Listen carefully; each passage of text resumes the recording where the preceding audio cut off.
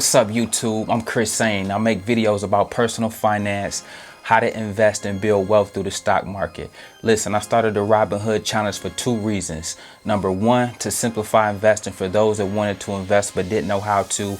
And number two, I wanted to show you in real time the companies I invest in to grow my portfolio from $0 to 10K and then eventually from 10K to 100K. So listen, man, feel free to grab some stock using my link below, or you can sit back and just watch. Either way, I appreciate you. Today's video is about how to start your own LLC. And I think it's important that you differentiate between if you want to start a nonprofit or LLC. And so this video, we're going to talk about how to start your own LLC. And we're going to talk about the LLC because I get this question a lot. When you start a LLC, it's much different than a nonprofit. A nonprofit, I spoke about in my last video, you can get donors, you can get foundation dollars, you can get money from all over the place. As a LLC, however, it's important that you provide a service of some sort. You have to be doing something to generate cash flow. So that's where they begin to differ at. And so as you think about you wanting to start a for-profit business, which is what an LLC is, a for-profit company, you need to think about what are you going to do, what service are you going to provide that brings you in money, or what service are you going to provide that generates revenue and income for you each and every day, each and every week, each and every month, year over year. And so it's important to do your due diligence when you're thinking about starting a for-profit company, because it's a whole different ball game than a nonprofit. Both are has its pros and cons, but they're two completely different things. I happen to have both, and so I feel more than credible enough to kind of share with you both ends of the spectrum. I've had a nonprofit for over a decade, since 2008. And I also have a for-profit empire that I have as well. And so I have two arms of business that I have been crushing it in way before being an entrepreneur became popular or trendy.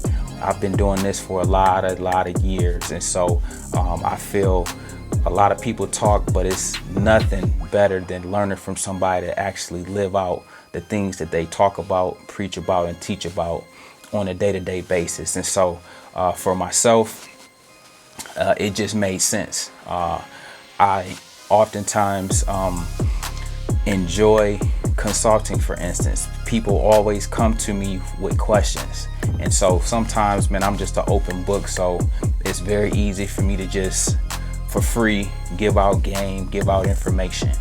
But over time, man, you reach a level where you have to value the information that you give to others, because if you don't, people will suck you dry for all your ideas, for all your wisdom, for all your lived experience.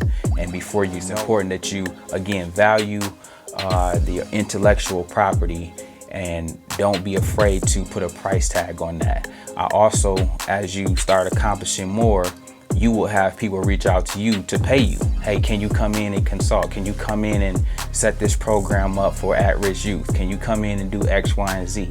And so sometimes divinely things will just line up for you, and before you know it, something that you would do for free becomes something that you're all of a sudden getting paid to do.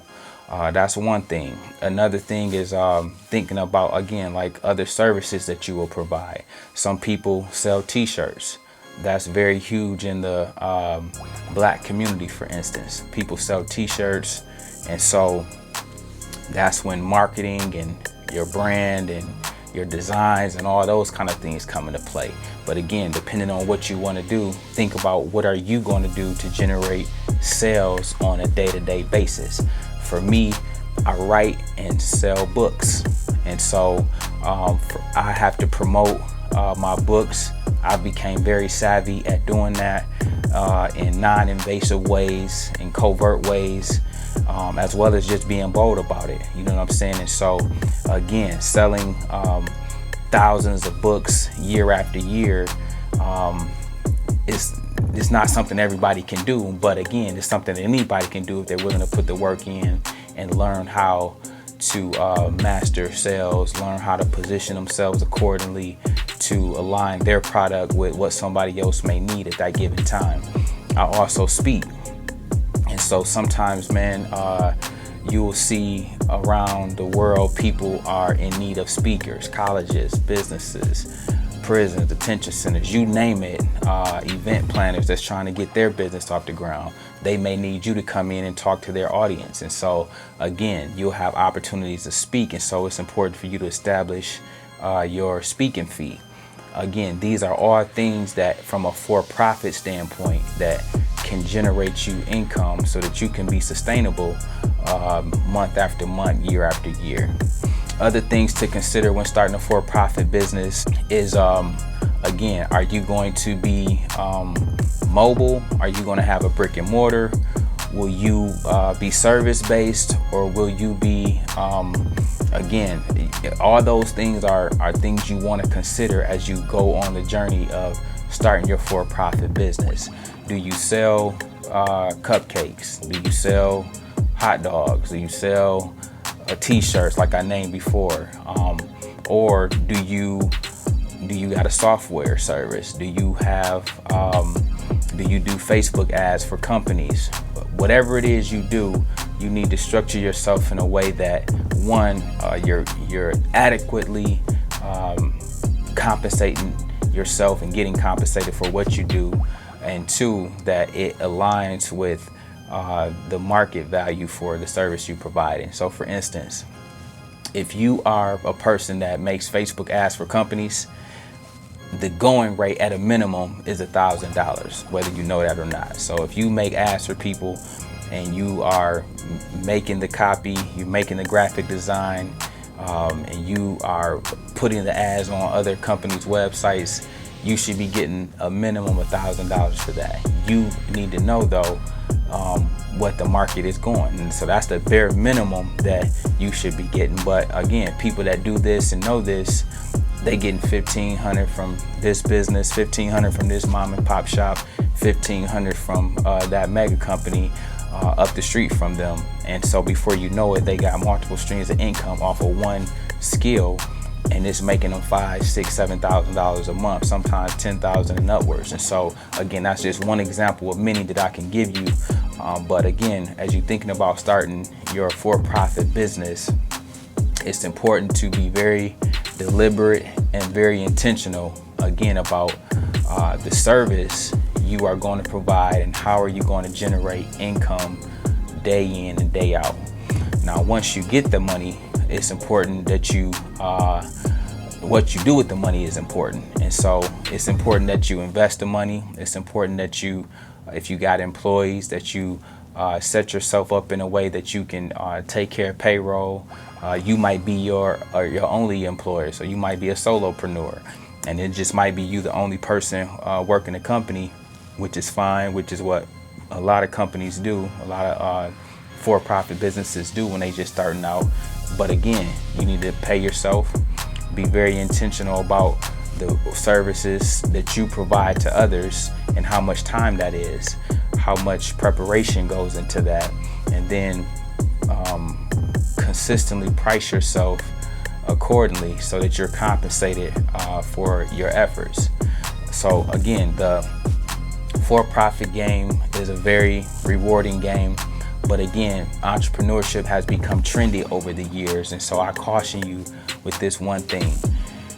Working for yourself is as hard, or if not harder, than having a job. And so people don't really give you the truth and tell you the game about entrepreneurship. If you are an entrepreneur, a real one that really makes money, they got a sustainable business that's been doing this like myself over 10 years, you work harder for yourself than you do for a company. And so if you are a person that want to be your own boss, or you got that kind of talk in your system, and that's how you get down and you don't want to answer to nobody, just know you need to be highly disciplined. You need to be able to wake yourself up early. You need to be able to stay up late. You need to be able to meet deadlines. You need to be able to do a lot of things. You might need to wear every hat of your business so that you know how it's ran before you outsource those tasks to somebody else. And so those are just some of the nuggets I never hear other so-called entrepreneurs talk about on the journey, but I'm telling you firsthand, these are the things that come with it. And it's a whole different ball game than working for a company. If you didn't like your job, you better love what you do, which most people do, which is why they go into entrepreneurship, because it's going to be a lot of days you don't get paid. It's going to be a lot of days that it takes you to figure out how to generate a dollar, how to make money and have reoccurring income, how to increase your cash flow. Then you got to get familiar with your P&L statements, your profit and loss statements, and you have to really know everything down to a T on what it really takes to successfully run a for-profit business. And so again, I've done both. I got a successful nonprofit, I got a successful for-profit empire, and again, I'm open. I'm an open book. I do coaching and consulting. So again, if you got questions that go deeper than what I might have touched on today, don't hesitate to jump in my comments. Don't hesitate to jump in my DMs on Instagram or whatever social media site that you might be active on. I'm on all of them. And just get with me, man. We can hop on a call and we can, again, get you on the right track. There's certain articles in corporation that you need to get filed and submitted so that you're legitimate and recognized by the state that you might live in. There's just little nuanced things. There's business bank accounts you need to set up versus having a personal bank account. There's business lines of credit versus just your regular credit and debit card. There's just a whole myriad of little nuanced things that sometimes our people don't know about, don't have access to, or don't have knowledge about. And so I'm just here to be a vessel and an open book, giving you the game, again, as somebody that has done this at a high level for a very, very long time at this point. And I'm still very young at this day as I talk to you guys about this. And so listen, I won't belabor the point, but if you like this video, make sure you check out the next one. I make videos like this every single week. Do me a favor. Don't forget that most people see the end result. Very few consider the journey. Do me a favor. Don't forget to like and subscribe to the channel. Grab some free stock using my link below, and I'll see you in the next one.